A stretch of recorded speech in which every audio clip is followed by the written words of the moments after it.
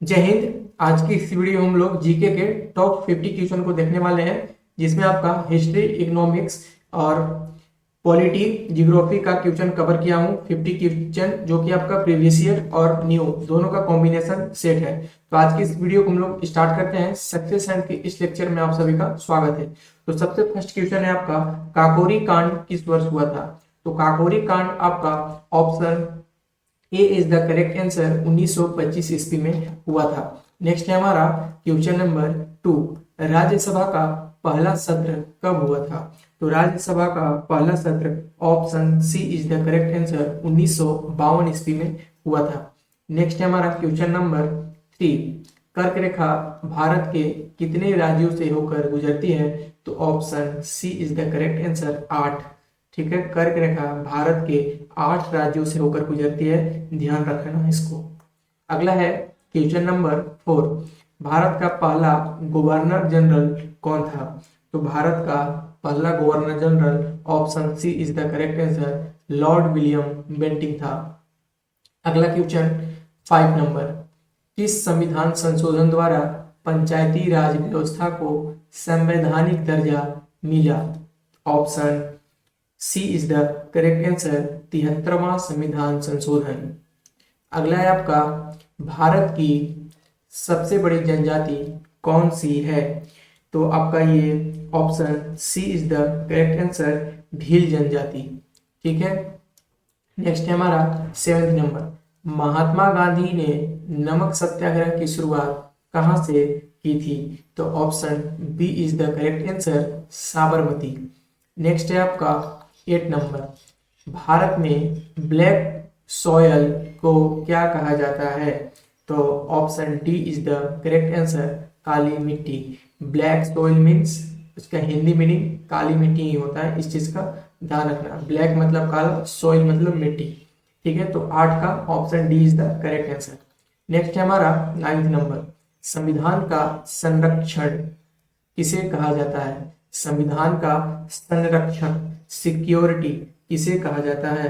तो option C is the correct answer Supreme Court को। ठीक है, नेक्स्ट आपका 10th नंबर, शून्यवाद का सिद्धांत किस धर्म से संबंधित है? तो option B is the correct answer बौद्ध धर्म से। नेक्स्ट आपका 11th नंबर, भारत में सर्वोच्च न्यायालय की स्थापना कब हुई थी? तो option A is the correct answer 1950 ईस्वी में। अगला आपका 12th नंबर, भारत की सबसे बड़ी झील कौन सी है? तो ये सबको पता होगा लगभग। भारत की जो सबसे बड़ी झील है चिल्का झील, यानी ऑप्शन बी इज द आपका करेक्ट आंसर। ठीक है, नेक्स्ट है आपका 13 नंबर, भारतीय संविधान में कितने मूल अधिकार हैं? तो आपका option B is the correct answer 6। भारतीय संविधान में कुल 6 मूल अधिकार हैं। ठीक है, नेक्स्ट आपका 14 नंबर, पहला मुस्लिम आक्रमणकारी कौन था जिसने भारत पर आक्रमण किया था? तो आपका option B is the correct हो जाएगा महमूद गजनवी। ठीक है, नेक्स्ट आपका 15 नंबर, हर घर तिरंगा अभियान किस वर्ष शुरू किया गया था? तो आपका 15 का सही जवाब है option D is the correct answer 2022 में। अगला आपका 16 नंबर, नर्मदा नदी का उद्गम स्थल कहाँ है? आप लोग को ये कमेंट में बताना है। ठीक है, सर्च करके जहां से भी आप बताएं, नर्मदा। ठीक है, नर्मदा जो रिवर है उसका उद्गम स्थल कहाँ पे है, मतलब वो कहाँ से निकलती है, आप लोग को बताना है कमेंट में। अगला आपका 17 नंबर, भारतीय संविधान का भाग 4 किससे संबंधित है? भारतीय संविधान का भाग 4 किससे संबंधित है? तो option B is the correct answer नीति निर्देशक सिद्धांत। ठीक है, अगला है 18 नंबर, अशोक के शिलालेख किस लिपि में है? तो option A is the correct answer Brahmi. ठीक है, अशोक का जो शिलालेख है वो किस लिपि में है? तो ब्राह्मी लिपि में है। ठीक है, अगला 19 नंबर, सामान्य श्रेणी आयोग किस नाम से भी जाना जाता है? सामान्य श्रेणी आयोग किस नाम से भी जाना जाता है? तो option C is the correct answer, श्रवण आयोग। ठीक है। नेक्स्ट आपका 20 नंबर, लोकसभा की अधिकतम सदस्य संख्या क्या है? Option A is the correct answer, 545। ठीक है, नहीं सॉरी 545 नहीं, 552। लोकसभा की अधिकतम जो सदस्य संख्या है वो 552, यानी option C is the correct answer. ठीक है। अगला है आपका 21। क्या बोल रहा है? किसे भारत का वास्तविक शासक कहा जाता है? किसे भारत का वास्तविक शासक कहा जाता है? तो option B is the correct answer, Sher Shah Suri को। ठीक है। नेक्स्ट है हमारा 22 नंबर, कौन सा राज्य भारत का सबसे छोटा राज्य है?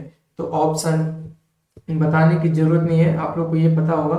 Option B is the correct answer, Goa सबसे छोटा राज्य है। अगला आपका 23 नंबर, स्वतंत्रता का उद्घोषक किसे कहा गया है? स्वतंत्रता का उद्घोषक किसे कहा गया है? तो option B is the correct answer, Bal Gangadhar तिलक को। नेक्स्ट है आपका 24 नंबर, भारत की पहली महिला राष्ट्रपति कौन थी? भारत की पहली महिला राष्ट्रपति कौन थी? Pratibha Devi Singh Patil. It means option B is the correct answer हो जाएगा। अगला 25 नंबर, किस अनुच्छेद में भारत को धर्मनिरपेक्ष राष्ट्र घोषित किया गया है? ऑप्शन यहाँ पे थोड़ा कंफ्यूजन है, किस अनुच्छेद में भारत को धर्मनिरपेक्ष राष्ट्र घोषित किया गया है? तो आपका ऑप्शन डी करेक्ट हो जाएगा इसमें, प्रस्तावना को। ठीक है, किस अनुच्छेद में भारत को धर्मनिरपेक्ष राष्ट्र की घोषणा किया गया है? तो ये आपका ऑप्शन डी, प्रस्तावना, करेक्ट आंसर हो जाएगा। ध्यान रखिएगा इसको। अगला है 26 नंबर, झांसी की रानी का असली नाम क्या था? झांसी की रानी का असली नाम क्या था? तो option B is the correct answer, Manikarnika था। ठीक है। नेक्स्ट आपका 27, पृथ्वी पर दिन और रात बराबर कहाँ होते हैं? तो option B is the correct answer, 23 सितंबर को। ठीक है, पृथ्वी पर दिन और रात बराबर कब होते हैं? तो 23 सितंबर को आपका होते हैं। ठीक है। नेक्स्ट आपका 28 नंबर, संविधान के किस अनुच्छेद में राष्ट्रपति को माफ करने की शक्ति दी गई है?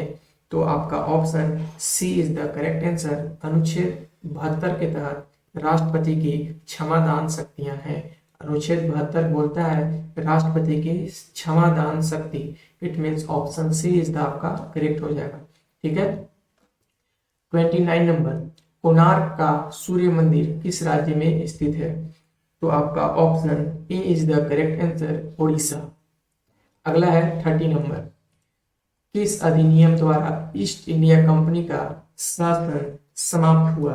तो आपका हो जाएगा 1858। Option A is the correct answer, 1858 का अधिनियम के द्वारा ईस्ट इंडिया कंपनी का शासन समाप्त हुआ।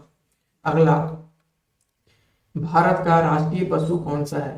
भारत का राष्ट्रीय पशु कौन सा है? तो option C is the correct answer, बाघ। ठीक है। नेक्स्ट है हमारा 32 नंबर, पृथ्वी की सतह का कितना भाग जल से ढका हुआ है? तो option C is the correct, 20%। ठीक है। नेक्स्ट है हमारा 33 नंबर, किस शासक ने अजंता गुफाओं का निर्माण कराया था? तो option C is the correct हो जाएगा, हरिसेन ने। ठीक। नेक्स्ट आपका 34 नंबर, किसने शासन काल में महाभारत का फारसी में अनुवाद किया गया? क्या बोल रहा है, किसके शासन काल में महाभारत का फारसी में अनुवाद किया गया? तो option B is the correct हो जाएगा, बाबर के शासन काल में, सॉरी अकबर। ठीक है, ऑप्शन बी यानी अकबर के शासन काल में। ठीक है, कभी कभी बोलने में थोड़ा मिस्टेक हो जा रहा है, उसके लिए सॉरी। अगला है 35 नंबर, भारत में सबसे पहला आम चुनाव कब हुआ था? ये काफी इंपॉर्टेंट है, बहुत सारे एग्जामों में पूछा जा चुका है। तो 35 का आपका ऑप्शन सी करेक्ट हो जाएगा, 1951 या 52। ऑप्शन में अगर कभी एक एक ऑप्शन दे तो या तो आपको 1951 देगा या फिर 1952 देगा, यही दोनों में से देगा, नहीं तो फिर दोनों साथ देगा। ध्यान रखिएगा इसको। अगला है 36 नंबर, वेदों की भाषा किसे कहा जाता है? वेदों की भाषा किसे कहा जाता है? तो option B is the correct answer, Sanskrit. ठीक है। अगला है आपका 37, किस झील को भारत का सबसे गहरी झील माना जाता है? तो option D is the correct answer, Mansarovar झील को। ठीक है। अगला आपका 38 नंबर, भारतीय संसद का लोकतंत्र का मंदिर किसे कहा जाता है? तो ऑप्शन ऑप्शन आपका, एक मिनट, हाँ ठीक है, 38 में क्या बोल रहा है? भारतीय संसद का लोकतंत्र का मंदिर। अच्छा, लोकतंत्र का मंदिर किसे कहा जाता है? तो ये आपका ऑप्शन बी हो जाएगा, संसद भवन इसका करेक्ट आंसर हो जाएगा। ठीक है। 39 नंबर देखते हैं, भारत में संविधान दिवस कब मनाया जाता है? ये आप लोग को बताना है। भारत में संविधान दिवस कब मनाया जाता है? आप लोग का होमवर्क है, कमेंट में बताना है। अगला 40 नंबर, किस क्रांति को नीली क्रांति कहा जाता है? ठीक है। तो option A is the correct answer, मत्स्य उत्पादन को नीली क्रांति के नाम से जाना जाता है। अच्छा, वीडियो में जो जो प्रॉब्लम आ रही होगी आपको, ठीक ना, वो चीज आपको कमेंट में बताना है। बेशक अभी यूट्यूब पर मैं नया नया हूँ, नया नया कंटेंट आप लोग को प्रोवाइड करा रहा हूँ, अभी उतना मेरे को एक्सपीरियंस नहीं है। जैसे जैसे हो जाएगा वो धीरे धीरे तो सही हो जाएगा, बट अभी आप लोग को जो चीज अच्छा नहीं लग रहा वो चीज कमेंट कीजिए, ताकि हमें पता चले कि मेरी कमी कहाँ हो रही है, उस चीज को मैं सुधार करने की कोशिश करूंगा। ठीक है। अगला आपका 41 नंबर, 41, पृथ्वी का सबसे ऊंचा पठार कौन सा है? तो ये तो सबको पता होगा लगभग, ऑप्शन बी इसका करेक्ट हो जाएगा, तिब्बत का पठार। नेक्स्ट है आपका 42 नंबर, किस भारतीय नेता को भारत कोकिला कहा गया? ठीक है। तो option B is the correct answer, Sarojini Naidu को। अगला क्वेश्चन है 43, एक व्यक्ति एक ऊंट की अवधारणा किससे संबंधित है? फिर से समझेंगे, एक व्यक्ति एक ऊंट की अवधारणा किससे संबंधित है? तो ऑप्शन बी, लोकतंत्र इसका सही जवाब हो जाएगा। अगला आपका 44, लोकसभा में प्रश्नकाल किस समय होता है? तो ऑप्शन इसका सी करेक्ट आंसर हो जाएगा, सुबह 11 बजे। ठीक है। अगला 45 नंबर, संविधान सभा के अस्थायी अध्यक्ष कौन थे? Option A is the correct answer हो जाएगा, डॉक्टर राजेंद्र प्रसाद। संविधान सभा के अस्थायी अध्यक्ष पूछे तो डॉक्टर राजेंद्र प्रसाद, अस्थायी पूछे तो डॉक्टर सच्चिदानंद सिन्हा।